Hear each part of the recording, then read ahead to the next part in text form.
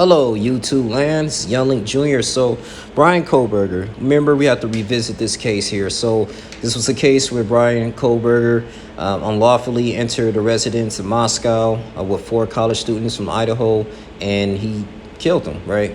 So, and the thing it is that they found the DNA of the sheaf that was left, the father of the sheaf, and it traces back to him.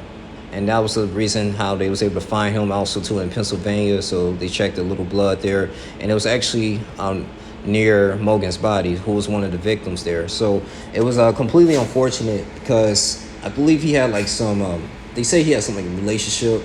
I won't say relationship with him, but he knew the blueprint of the household there. And, I remember I was just going ahead and, covering the story and listening to other takes on this story here, because this man was from Washington State University, a graduate, studied criminology, and he just went in there when they actually had their fun late at night.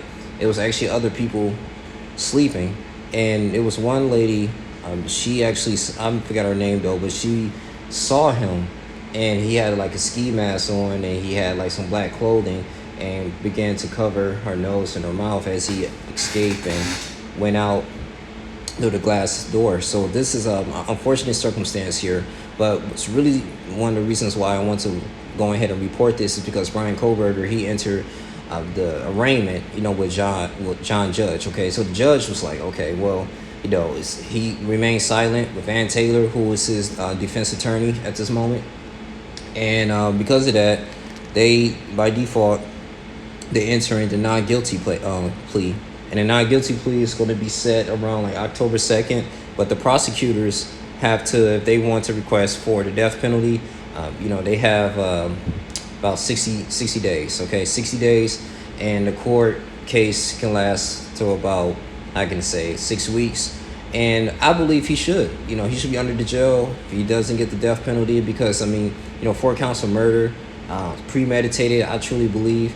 And he needs to be no longer be living and breathing here. So I remember it was another story where we saw him too. He was pulled over with his father, and his father was acting all kind of crazy and loopy, and it was like another routine traffic stop. But I ended up getting him because linked to the trace of the murders that happened in Idaho. So I'm praying for the college students there. I know Brian Enton, he was working diligently out there, reporting the scene there, and it was like, it was late at night, it was cold too, and he was doing his job. And I remember one time too, he was kind of by himself at one point. You had one of the police and the patrols, they was on standby, so I was just like, oh shoot, I don't want him just being there by himself. But he already knew that too, that he had to go ahead and leave when things were starting to quiet down, as they cautioned tape around the crime scene here, and when it was like a national manhunt. But this is like one of the updated stories here too.